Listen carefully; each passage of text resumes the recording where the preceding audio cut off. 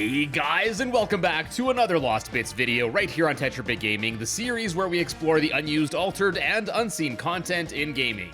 Plants vs. Zombies Replanted just released, but today we're revisiting PvZ 2 once again.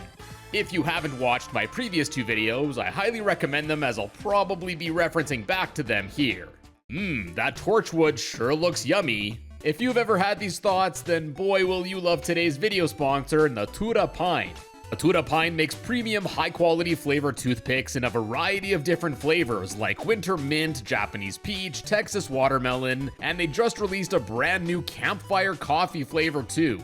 Now I find their toothpicks are great for settling a craving for a sweet snack, and in addition to just picking my teeth, I honestly just like chewing and fiddling around with them for a while. Check out the link in the description or scan the QR code on screen to help support the channel and save 10% on your order. I definitely recommend getting the starter pack so you can get a sample of a bunch of their flavors. Anyways, grab some more sun on that like button below. It's time to find some more Plants vs. Zombies 2 Lost Bits. Alright, so starting things off with the plant side of things here, there's quite a bit more to chat about for them. First up, there's actually an animation for the spikeweeds that never ended up getting used, and it's of them coming up from the ground and then basically turning into a buzzsaw as they quickly start spinning. Now, based on this being quite a bit different than how the spikeweeds normally function, it's likely that this is a leftover from a scrapped plant food ability where they would spin their way across a lawn towards a row of zombies. Next up, there's also an unused animation for the imitators, where they would take their hats off and smile, and this was apparently meant to be used for them when they would get watered in the Zen Garden. Next, we got some early placeholder graphics of the fire pea shooter lacking its signature burning head, and essentially appearing as just more of a recolor of the regular pea shooter. And with this early design, there are also various graphics of it rocking the regular pea shooter's costume, several identical pea shooter animations including an idle one, getting watered, attacking, and the plant food firing animation, as well as a seed packet graphic. And speaking of seed packets, there's also this unused graphic of the AKEEs meant for their seed packets where they're seen loaded with their seed bullets, unlike the graphic that is used where they're missing there. Now, in my previous videos, I've covered some plants which, at the time, weren't added to the game yet, the sea shrooms, dragon brutes, as well as the electric peel. Now, unsurprisingly, all three of those, as well as several other plants, have been added to the game since I made those videos. But there's graphics and data found for some more plants that are currently unused, but just like the others, chances are quite high that all of these will eventually get added as well. These include a lemonade plant that will heal other plants in their rows and will also offer a chance of activating their plant food effect, a rose plant which can reflect wizard zombie spells back at them and unleash a woolly whirlwind to turn zombies into sheep, and most interesting of these, I think, is the Brainzzz plant, which in addition to having a pretty rad design, rocks the ability of attracting zombies into its lane before then shrinking them down. And apparently, these would also offer some sort of rescue mechanism for the player if a zombie would reach the left side of the lawn. And yeah, these animations for it look pretty slick. Then, in addition to those three, graphics have also been found for a Volt Snapdragon, Blazing Night, and Sakura plants, though unlike the others, there currently isn't any other data for these besides their seed packet images. Once again, like we saw with the plants that were unused at the time of my previous videos, I'd be surprised if these don't get added to the game in the coming months. In fact, I just saw this when launching the game this week, so it looks like the Brainstem is basically already here. Now next, in much earlier versions of this game, there were placeholder graphics for both the Puff and Sun Shrooms where they could be seen taking on their original PvZ-1 designs. And not only were there still images, but even animations too. For the Puff Shroom, there was an idle, attacking, and plant food animation, though they're all basically the same animation of them just growing and shrinking. But then on the other hand, the Sun Shroom has some more interesting animations in addition to just their idle ones, including them producing sun, a much more intense plant food animation, as well as this rather rough animation of the sunshroom doing a flip, meant for it producing sun while in its smaller form. Yeah, that's a pretty rad flip if I do say so myself. And interestingly, there are also some unused animations for the sunshroom in its final design that is seen in this game for the plant food animations in their smallest and medium-sized stages of growth. Now in the game, giving the sunshroom plant food will instantly grow it to its largest size before it then produces a bunch of sun, thus leaving these plant food animations for the smaller sizes unnecessary. And now, moving on to the zombies side of the fence here, we got several more bits of cut content to go over in addition to the rest we've already covered in my previous videos. For starters, there are a bunch of zombie animations that go unused, the first of which is this animation for the seagull zombies, where we can see their ropes falling after they get destroyed, suggesting that the zombies they hold could have been dropped and then started walking after falling to the ground.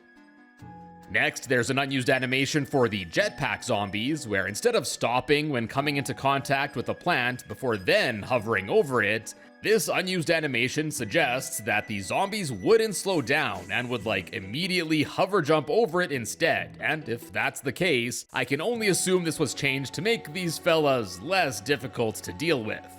Then there's this seemingly very early unused animation of the pianist zombie playing on its red rectangle and then dying of cringe. There are a few unused animations for the shield zombie for it powering on its shield, which causes the visor to become purple, moving with the shield powered up with the purple visor, and then an animation of the shield seemingly getting deactivated. And although these never ended up getting used in PvZ2 here, these apparently did get used in PvZ Online. Then for the Zombot Tomorrowtron, although these red squares and green X eye animations were seen in the game up until the version 2.4 update where they were removed, there are also some additional eye animations that never made the cut, and with the removal of the other two several years ago now, I don't think they ever will. Now, these include an animation of the eye turning into a cyan plus, a magenta circle, as well as an orange triangle, which is kinda odd, as the triangle tiles in Far Future are more yellow than orange, but I suppose the Tomorrowtron's eye is already yellow, so this was probably changed to make it appear at least slightly different. Next, there's actually an early version of the Bugbot Imp where the mechanized walker looks far less detailed than the final design, notably lacking stuff like the side panel and the chompy mouth at the front. Also interestingly, before being changed to Bugbot Imp, the original name for this fella was actually the Spiderbot Imp instead. For this fella in this early design, equally early unused animations include it landing and opening up from its ball form, an idle and death animation, and then rather funny looking are these walking and eating animations where the mech kinda just hops around. And while on the topic of placeholder zombie graphics, next there's actually a placeholder design for the peasant zombies from the Dark Ages stages, where oddly they're just seen as the basic Far Future ones but with a blue jacket instead of a red one. And then even more strange is that the flag variant is seen holding the flag from Pirate Seas. Needless to say, these placeholder fellas underwent a massive rework for their final design. Next, we got a pair of unused animations for the zombie weasels seen in Frostbite Caves, transitioning to and from their eating animations. There's an unused animation of the Relic Hunter zombies failing to land that appears to be a leftover from the Swashbuckler zombie, as the Relic Hunter zombie reuses many of the Swashbuckler's animations. And then the Excavator zombie has an unused animation of it losing its shovel and dropping its hands. Next, there appears to be a veteran version of the Zombie King that was cut from the game alongside the Dark Ages expansion that as of yet hasn't come to be. The design seen in this image shows this variant appearing generally the same as the regular version of it that is used, but here it can be seen raising a chalice instead of the normally seen scepter. Then, although not of the zombie itself, there are actually some very early placeholder graphics of the fisherman zombie's string and hook that obviously don't go used. Like, the string here is literally just a straight line. But what is slightly interesting is that the hook seen here is a double one, instead of the single hook seen in the Fisherman Zombie's final design. Then, in addition to a bunch of the unused zombie types that I covered in my previous videos, there was a leak of some files in 2024 that revealed some more art and designs. For example, in my previous videos I covered some concept art for a thief zombie that was cut from the game. Well, in this leak, this art and some animations were discovered, revealing that I guess this here design was the one that was chosen, before I guess ultimately the decision was made to scrap this zombie. And yeah, based on how lacking in detail it looks, it doesn't seem like the thief's bag was ever finalized before the decision to cut was made. Interestingly though, these assets didn't go to complete waste, as this design of the thief zombie was actually used in the Chinese WeChat exclusive PVZ2 Renaissance Age game. The leak also contained some early line art of the scrapped blacksmith zombie, confirming that it was planned to use the design that we saw in the concept art for this game. There's some for the scrapped grave dropper zombie, where it can again be seen appearing as the placeholder blue-jacketed peasant zombie we discussed earlier, and yeah, it can be seen carrying around a placeholder tombstone graphic with the dark dev text on it. And while on the topic of tombstones, that's actually a good time to switch to chatting about some non-plant or zombie unused graphics, as there are actually numerous tombstone graphics that were made up for this game but just never ended up getting used. Almost every area has some tombstone graphics stylized for it, including 4 stages of degradation and even animations including them getting completely destroyed. Going in order, the Pirate Seas design would have had the tombstones covered in like seaweed as well as mostly eaten fish.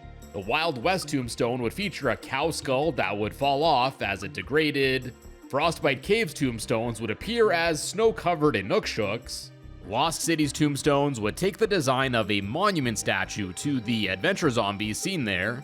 Far Futures would be seen hovering with a screen that would flash the RIP text, and then, although the Dark Ages area does actually get some unique tombstones, there are also several placeholder graphics for them where they take on the design seen in the Ancient Egypt area, which is also the rare exception of a stage getting a unique tombstone design. As you can see though, unlike the rest, these Dark Ages placeholders also have some developer text overlaid on top of them. Dark was a placeholder for the default tombstones, Sun for the ones featuring the sun icon on them that give the player some sun when destroyed, which is seen in the game. This Zombstone one was planned to have similarly spawned a peasant zombie when destroyed. Then we got 2 identical looking placeholder tombstones with 3 blue question marks on them, one being a Mystery Sun tombstone, and the other a Mystery Zombie one, where, as the naming suggests, destroying these tombstones would apparently have been a gamble for the player, as destroying these could either give the player more sun, or otherwise spawn another zombie. Next we have a shortcut placeholder tombstone, where the idea for these was that instead of zombies in the same lane as this tombstone, spawning from all the way on the right side of the lawn, they would instead be able to spawn from this tombstone, which would presumably have been quite a bit closer to the left side of the lawn. Next we got a pea shooter gravestone with the word gift on it, and as the name suggests, destroying one of these babies would gift the player an extra pea shooter in its place. And then there's a time spawner tombstone, which would have had the effect of spawning an extra zombie 20 seconds after a level had started, and would continue to spawn another zombie every 10 seconds after. This would then keep going until the tombstone was either A, destroyed, or B, a total of 69 seconds have passed, after which this tombstone would self-destruct, and then also release several additional zombies. So obviously the intended strategy was to destroy these as quickly as possible. And in addition to just the base version of these time spawner tombstones, there are references to equivalent versions with different time values for conehead zombies as well as buckethead zombies. And then also a wide version of them too, which actually has some basic placeholder line art made up for them in clean as well as degraded states. And there are even some animations for these too, where they can be seen rattling, opening, as well as some destruction animations for them in both a closed and open state. There are also variants of these wide spawners for the Conehead and Buckethead zombies, and as you can see, the icon on the side of the tombstone changes from a crown to a triangle and then a square respectively. The time values between the regular and wide version of these gravestones appear to be the same, with the only difference seeming to be that these wide ones would take up 2 grid spaces on the lawn and couldn't be destroyed by gravebusters. And if you thought this art was basic, well, there are actually even earlier placeholder graphics for these wide tombs that just appear like this, with their damage level just slapped over top of them. Now, although we did get the sun and plant food effect tombstones in this game, I think the rest of these would have been super cool to see and would have definitely shaken up the gameplay of the Dark Ages stages even more. And that's not to mention the rest of the unused tombstones. I guess the developers didn't want having tombstones in every stage, which fair, and the theory is that these other tombstones were intended for a scrapped time twister area, which would have been the game's final area and would implement elements from all previous stages, essentially an early version of the modern day level. And also for the scrapped time twister area, in addition to the tombstones, there are unused minecart and rail graphics in the style of a few of the game's areas that are also believed to have been intended to be seen there, including these styles from ancient Egypt, pirate seas, as well as these from far future. Then moving on, other unused graphics include this flagpole as well as 6 different flag designs of which their exact intended purpose isn't currently known. There are assets for an early version of the arrow that points to the next level in the tutorial section. We got this little text bubble graphic that seems to be a leftover from a developer tool for editing dialogue. There's a placeholder for the far future trophy that uses the base seen on the upgrade trophies. There's this golden turkey or chicken key that was apparently intended for the food fight timed event. This golden plant pot goes unused. Next we have an early seemingly placeholder design for the Dark Ages lawnmowers, where instead of the plow things here, we see them just appearing as a regular lawnmower from the player's house area, but with a knight helmet and lance strapped to it. And then we got an unused asset for the home in ancient Egypt being open. The doors never open in any of the levels in this game, so this seems to suggest that at some point in developing this game, there may have been plans for the doors to open, allowing the zombies to get in after the player loses, as was seen in the original Plants vs. Zombies. Now, we've seen a bunch of placeholder graphics already by this point, but none really so far as basic as this missing art sprite, referred to as missing art piece. And I love the extra touch of the crying emoticon on the bottom here. Next, there's this whole graphic that reveals plans for the intro tutorial section of the game to have had its own world map level select menu. This mockup definitely doesn't seem finished, and these green floating platforms meant for this world map are quite similar to those seen in the ancient Egypt world map, so it's quite possible that these were reworked and recolored for those. Now, ultimately, the tutorial never got a world map, and you just quickly transition between the intro levels. And additionally, there's also this note item that was planned to be obtained in the tutorial section that was cut. After obtained, this equally cut graphic showing the contents of the note would have been shown to the player, which would read, "Hello, this is your neighbor, the one with the face. I borrowed your weed whacker. Please come get it at your nowest convenience. Don't wear a hat. Signed, Larry?" Yeah, this clearly was written up by the zombies. Next up, we got various early graphics for the game's upgrades and power-ups, as well as even some that were cut from the game. For the early graphics, there's this one of the mower launch upgrade with some different looking wheels and shading. This unused graphic featuring a sunflower is believed to be an early version of the extra seed slot upgrade. This extra plant food trophy looks similar to its final counterpart, it just has the rings around it here, similar to the instant recharge upgrade. And then we also have this very early super low res version of the walnut first aid upgrade. It makes me wonder if the plan was originally to design all of the upgrade trophies like this one. And then for the upgrades that never made it to the game, we have power-up durations 1 and 2, both of which would increase the duration that power-ups are active, with presumably the second one making them last even longer. There's a valuable mowers upgrade that was cut, which would have doubled the amount of coins each remaining lawnmower drops upon level completion. And although it lacks assets like the others, there are also references to a bonus mower launch upgrade, which would have allowed the player to launch an extra lawnmower. Then for power-ups, there's a vase color changer that was cut, which defaults to the butter zombie power-up icon, and this would have allowed the player to change the color of a vase to reveal if there was a plant inside of it or not. And due to the similar effect, this was probably reworked into the reveal vase power-up. There's an unused cherry bomb power-up, which would have allowed the player to place cherry bombs anywhere they want, and based on leftover text, it looks like this was intended for the Pinata Party mode. Then we also have a scrapped bacon collectible item that just defaults here to some placeholder X graphics with the almanac info for it. It's unclear what the purpose of this bacon was, if anything, but it would have cost the player 10 coins per unit. Now next up, there are several additional graphics that were cut meant for the game's user interface. These include an early version of the shovel button, and this could actually be seen in an early level UI mockup image, an unused world map button featuring some cards meant for the endless zones. There are several early UI graphics for the seed packets, including an early banner for the seeds being locked, and here we can see how these were meant to look when selected.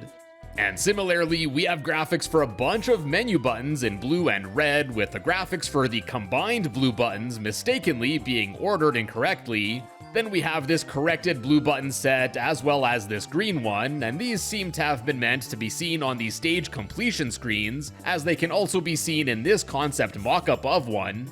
And furthermore, there's also a whole set of sprites for this early pop-up menu too, where we can see various chunks including checkboxes, the continue button, and more.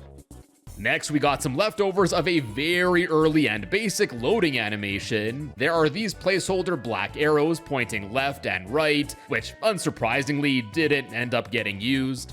And speaking of arrows, we also have these unused basic looking ones, which were grid objects meant for far future that would move zombies up or down a lane, and these ended up getting reworked into the Frostbite Cave's slider tiles. And similarly, there's this placeholder sheep icon also meant for far future as a tile that, based on its name, Future Clone, would likely have cloned a zombie that stepped on it. And once again, also for far future, we got early power tile designs for all of the shapes, but notably, a few are different as the red and magenta shapes are swapped. And the same can also be said for these unused tiles that appear in the updated style that ended up getting implemented in the game. Then next, there's this low-res realistic looking key that's found in a folder titled HUD Minimap, so based on that, this may have been for some sort of minimap that was also cut. And we talked about the developer dialogue editor button earlier, but there's also this series of assets left over from some sort of cheat menu, including icons of a gem, stars, a coin, and more. Now, no such menu ended up getting implemented in the game, so it's unclear if this was just something the developers used for debugging and testing the game, or if there was ever any intentions for the player to be able to use a cheat menu, but with the prevalence of paid upgrades and such, I'm doubtful of the latter. And now, last up for this video, although in the release version, growing plants in the Zen Garden basically only unlocks the first strike ability for a boosted plant to instantly activate its plant food effect when planted, there were a few other plant boosts that ended up getting canned. These include Sun Discount, which does exactly what it sounds like. It would reduce the sun cost to plant a plant. Rapid Fire would increase fire rate, Fast Recharge would decrease planting recharge time, Bounty Hunter would have increased the odds of a zombie dropping coins when defeated, Shovel Bomb would have caused the boosted plant to explode in a 3x3 area when dug up, and this would deal a whole bunch of damage. There was a scrapped Marigold boost, which would have increased their chances of producing gems in the Zen Garden. And then finally, the scrapped extra toughness boost would increase the health of the boosted plant.